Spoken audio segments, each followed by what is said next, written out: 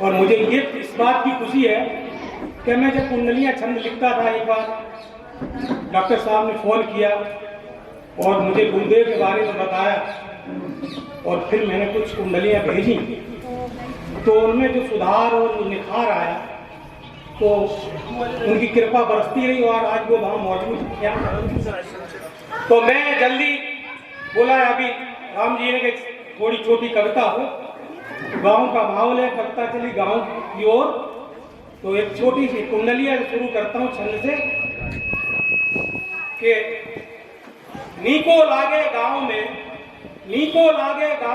सब काऊ से ले, नीको लागे गांव में सब काऊ से ले, महल मड़ैया आपनी झरझर बरसे में। नीको लागे गांव में सब काऊ से ले, महल मड़ैया आपनी झरझर बरसे में, झरझर बरसे में, झरझर बरसे में, बड़े बागन में झूले, रुपत खेत में धान, जरत आंगन में चूल्हे, रुपत खेत में धान, जरत आंगन में चूल्हे, कह मनता कविराय, याद में दटिको छीको, शहर नगर में भाई, गांव में लागे छीको, गांव में लागे।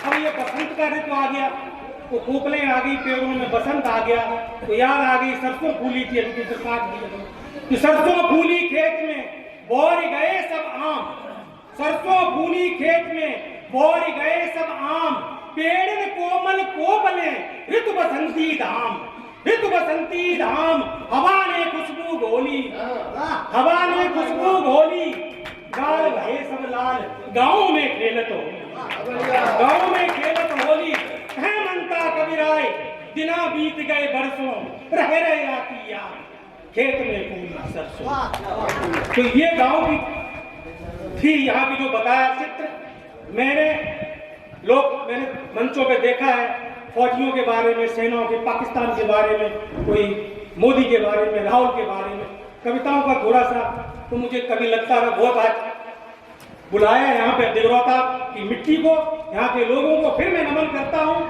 और पढ़ता हूँ कि जिसमें हो जज्बा जुर्रत, जिसमें हो जज्बा जुर्रत, जो जमाने को जगा दे, मुझे वो जुनून चाहिए, आंख में है पानी, कुछ दिनों की निशानी, मुझे तुम्हारी रगों का खोलता हुआ खून चाहिए। मेरे कतरे कतरे की कसम कि कतरा कतरा बहा देना प्यारे वतन पर, मुझे मेरे वतन का सुकून चाहिए। और बचपन से सुना था हमने कि हम एक हैं, एकता की निशान बनाएंगे, हे भारत माता दुनिया में तेरी पहचान बनाएंगे, जो छोड़कर हो गए बेघर उन्हें उनके घर बुलाएंगे, माँ दुनिया में तुम्ही लगती है दुनिया, तेरी दुनिया छोड़कर कहीं ना जाएंगे, माँ दुनिया में तुम्ही लगती है दुनिया, तेरी दुनिया छोड़कर कहीं ना जाएंगे।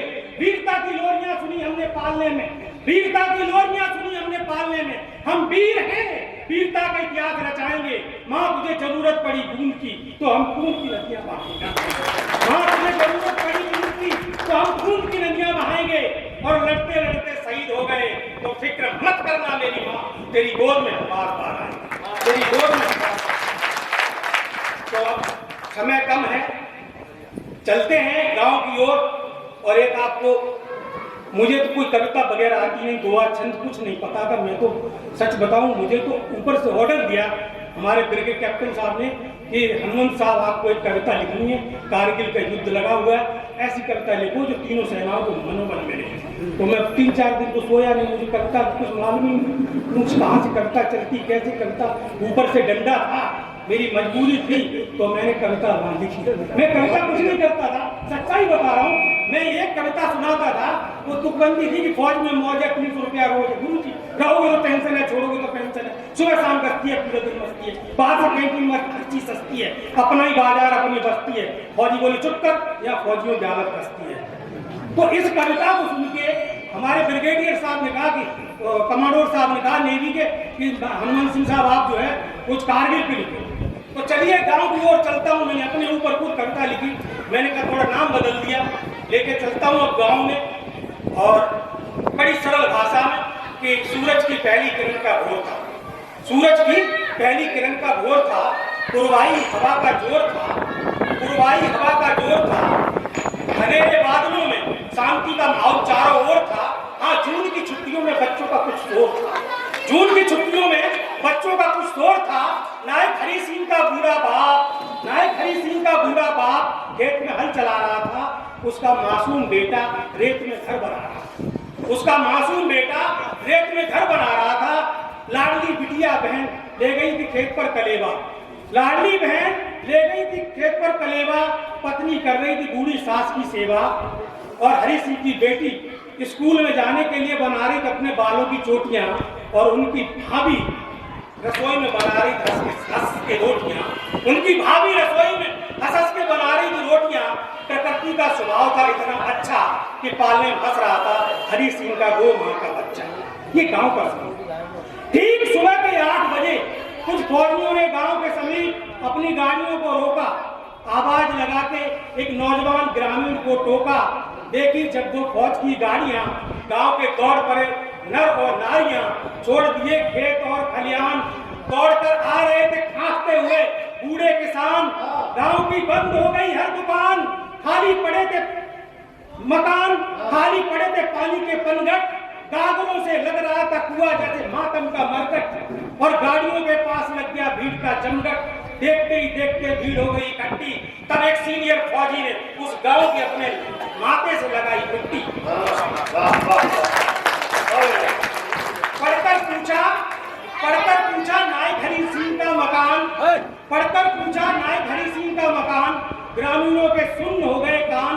पैरों तले जमीन खिसकी, ऊपर गिर गया आसमान। उन्हें समझते देर लगी, कहने लगे या तो अपने हरिया ने गलती की या किया देश का अपमान। तब एक वृद्ध ने अपनी पगड़ी उतारी, अपनी पगड़ी उतारी और बोला, हे श्रीमान, मेरे हरि सिंह ने गलती की या किया देश का अपमान। आप क्यों पूछ रहे हैं मेरे हरि सिंह का मकान? तो सीनियर फौजी बोला कि दादा, न तो हरि सिंह ने गलती की न किया देश का अपमान। हरि सिंह का वीर महान, घाटी में युद्ध चल रहा है घमासान। हरि सिंह ने अपने प्राणों का दिया बलिदान। हरि सिंह का वीर सिपाही, इसमें हंस के अपनी जान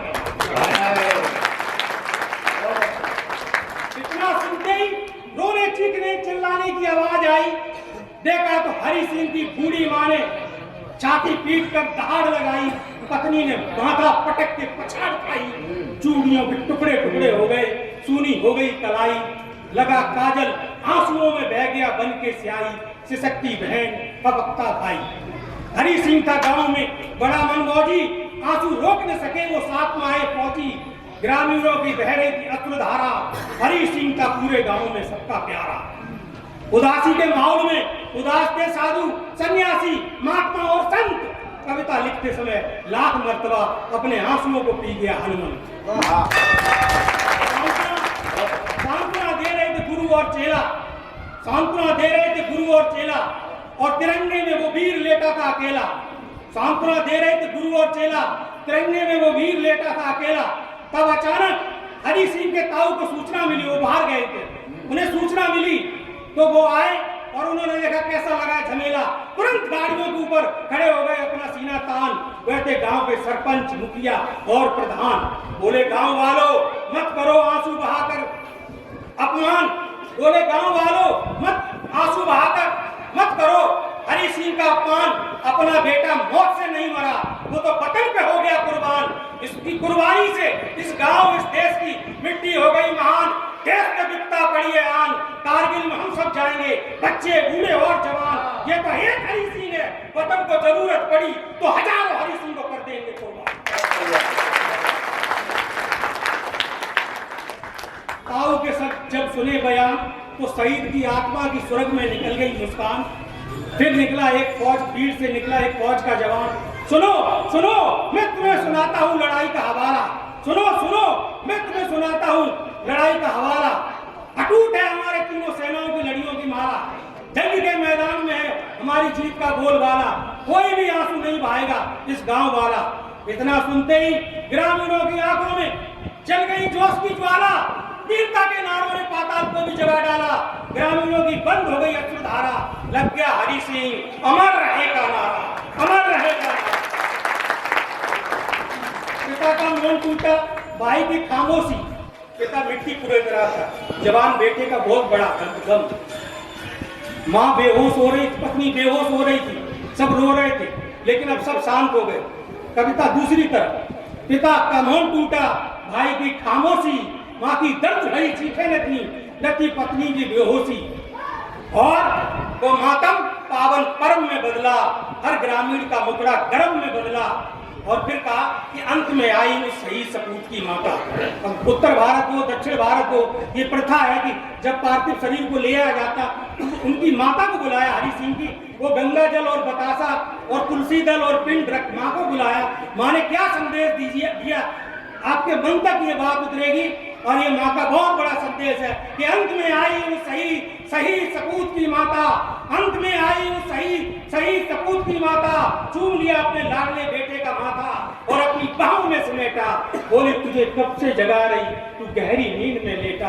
अरे जाग जा मेरे लाडले बेटा, तू कितना महान है, तूने बदन से तिरंगे को लपेटा। देख बेटा हरि सिंह, मैं तेरे लिए लाई हूँ भोजन की थाली। तेरे बचपन की खेलने की गुड़िया मैंने आज तक संभाल के रखी है तेरे दोनों कानों की बाली। मुझे मालूम है बेटा तू न छुएगा गुड़िया न पहनेगा बाली। सबूत है तेरे सीने में लगी गोलियों से लहू की लाली। मैं तुझे जन्म देके हो गई इस जगत में निराली।